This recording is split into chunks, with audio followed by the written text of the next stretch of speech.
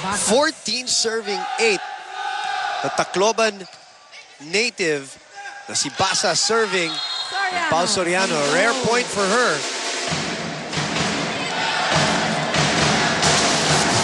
I also don't see the swag that Pao had in previous years. That may mga tinuturo-turo pa yan dati, naalala mo. She's more silent. Parang tempered. That was the old Vargas hitting. That was the Vargas from last year. She had a lot of that last year. Way out. Way underneath the ball.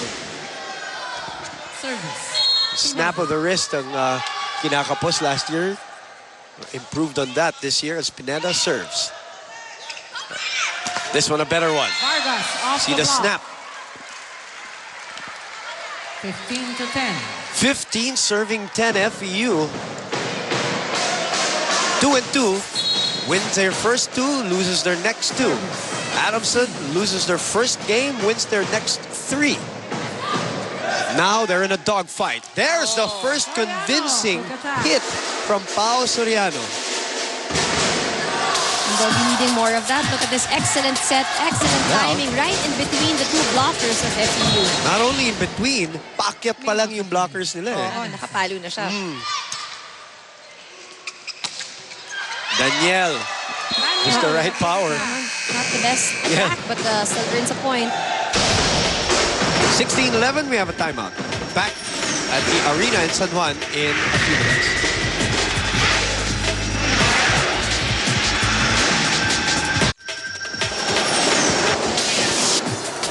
Back here at the arena in San Juan, Volleyball Central, and FEU lording it over.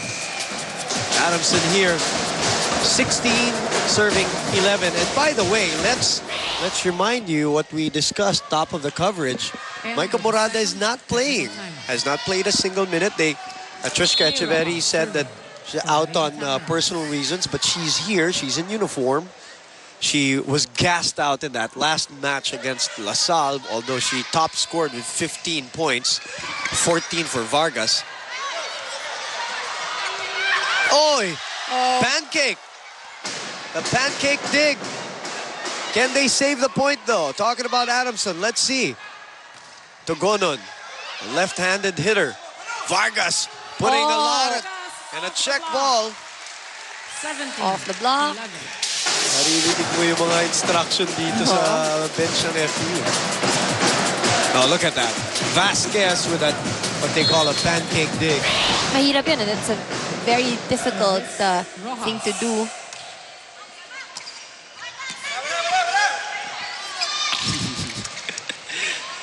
You see them giving, you hear them giving instructions. Oh, ito yun na. From the right. 18-11. Did you imagine this? Adamson is having a hard time recovering in this match after that heartbreak in that second set. Ayaw niya yata lumaban eh. Ang bola ang hihina, hindi naman malalakas. Huwag kayo mag-expect ng malakas. Nilalagay-lagay na nga lang kayo. Mag-isip naman kayo. Padang tayo, kaya pa natin yan. Isa-isahin nila yan.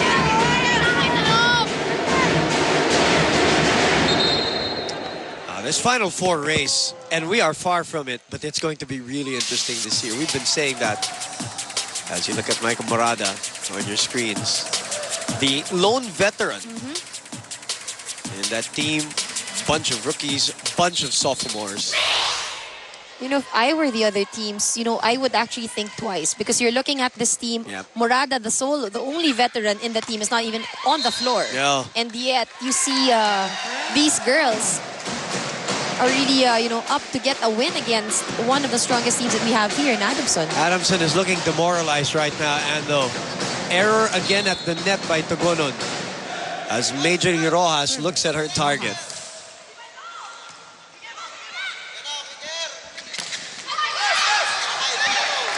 Not enough power behind that. Where are they going to go to? They go back to Pao. This time, yeah. And it's just the right height over the blockers. We've a lot of variations from Pau. We've seen one strong quick attack. We saw a drop ball. This time around, it's an off-speed shot. But still, it's not as much as we would have expected. In previous years talaga, si Pau, whenever she's at the front line, you can Dangerous, expect. yes, yes. Oo. You're right. That's a good point. Dati, eto na, biyayaan itong FEU ng punto kahit na hindi na iabot ni Eulalia yung bola. That's an excellent point. When you see Pau Soriano rotate to that front line already, the other teams automatically consider her as the threat. Chance for FEU. Basas with the left hand. By the way, they're up by 8. Togonon. Basas again. Cross court. Puts it away. Good timing on that one. And she is happy with that attack. Yeah, Zapata has not come back here, and for Togonon. 21. Remember, in volleyball, kung sino sinab mo, Oo. yun lang ang pwede mong palitan uli. Dun sa mga, again, trying to learn the rules. You can only replace that same person. So it's kumbaga man-to-man substitution. Yep. So Togonon, who came in for Zapanta, can only move out for Zapanta if she is sent back in. For Adamson. But at this point, Drops in. It drops in. Sorry, Ann, you were saying at this point. Mommy Dunes still wants to stick with Togonon things. Even if lamang itong FU, no? She's going for this set of players. Togonon. If FEU wins this, and I go back to that second set, para sila nagulat, ano? All of a sudden, FEU was 3 points, 2 points behind them.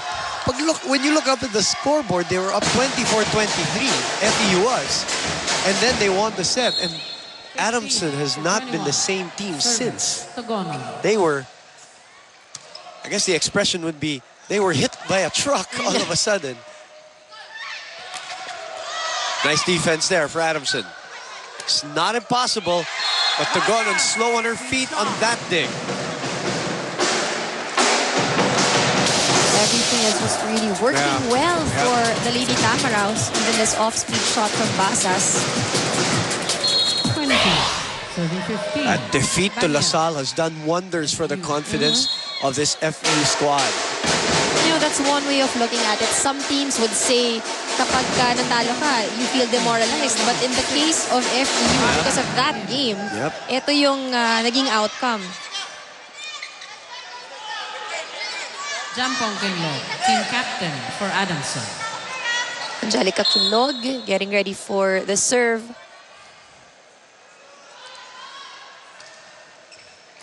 We expected a 5-setter by these two teams. But FEU is growing before our eyes and maturing before our eyes together.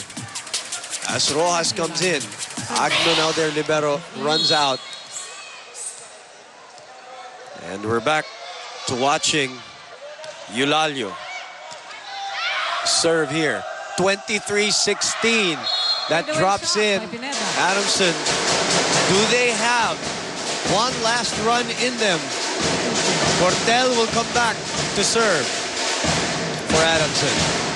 This is a good rotation for Adamson, but looking at the score, it will be quite a challenge for them.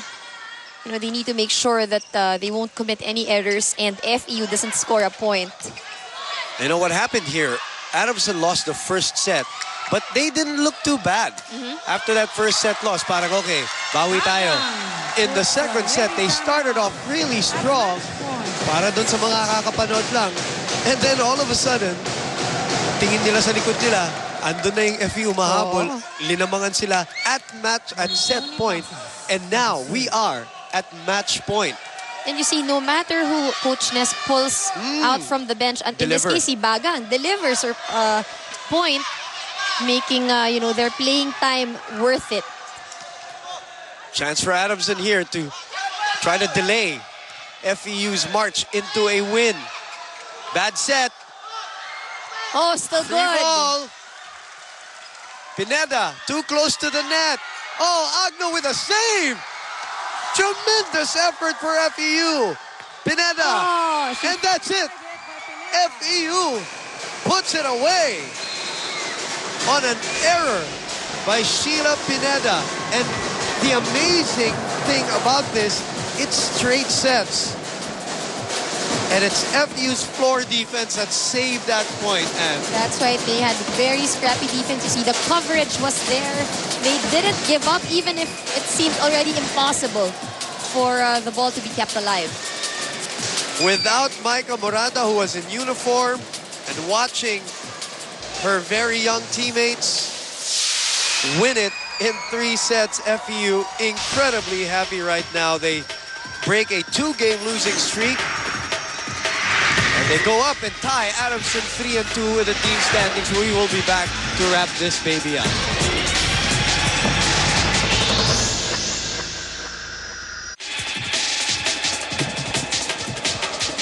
We're back here at Volleyball Central, the arena in San Juan. FEU taking this match amazingly in 3 sets, 25-22, 25-23, both thriller of the set, and then pulling away here in the 3rd set, 25-17. And we will talk to our best player, who is with Trishka Echeverry, the native from Santa Maria, Bulacan, talking about Gwyneth Eulalio. Trishka? Thank you, Boom. Gwyneth Eulalio, congratulations, player of the game ka today. Congratulations also for the victory. Anong masasabi mo sa teamwork at composure na pinakita ng team, considering na napakabata ninyo and the first 2 sets were tightly contested? Basta ang sabi ko lang naman sa kanila, mag-enjoy lang kami sa ginagawa namin. Tapos isang bagay pa yung tiwala namin sa isa't isa. Tapos Nag-enjoy nga kayo and this is definitely a good ending for your year as a team. Can this be the start of hopefully another winning streak? What can we expect from your team next year? gagalingan pa namin. Tapos yun. Alright, congratulations. And I'm sure there are people you'd like to thank or any Christmas greetings you'd like to send out. Advance happy holiday sa mga kamag-anak ng mga teammates ko, sa kamag-anak ko, sa lahat ng suporta sa FEU Lady Tamaraws. Alright, congratulations and thank you very much. Gwyneth Eulalio, our player of the game. Back to you, Bumandan. The product of the new era, high school, is our player of the game today. Congratulations to her. First, our Sports House player of the game. Get up to 60% off on select equipment at Sports House Red Carpet Deal. And they did it on offense and defense, and they had a variety of attacks. Gwyneth Eulalio, ang ganda ng teamwork nila ni Giselle C. dito sa laro na to. And this is just one of many that they had today. That's right. So yun yung sinasabi natin, no? Itong si Giselle C really has gained a lot of confidence in executing plays. And it's very clear in that last play that we showed.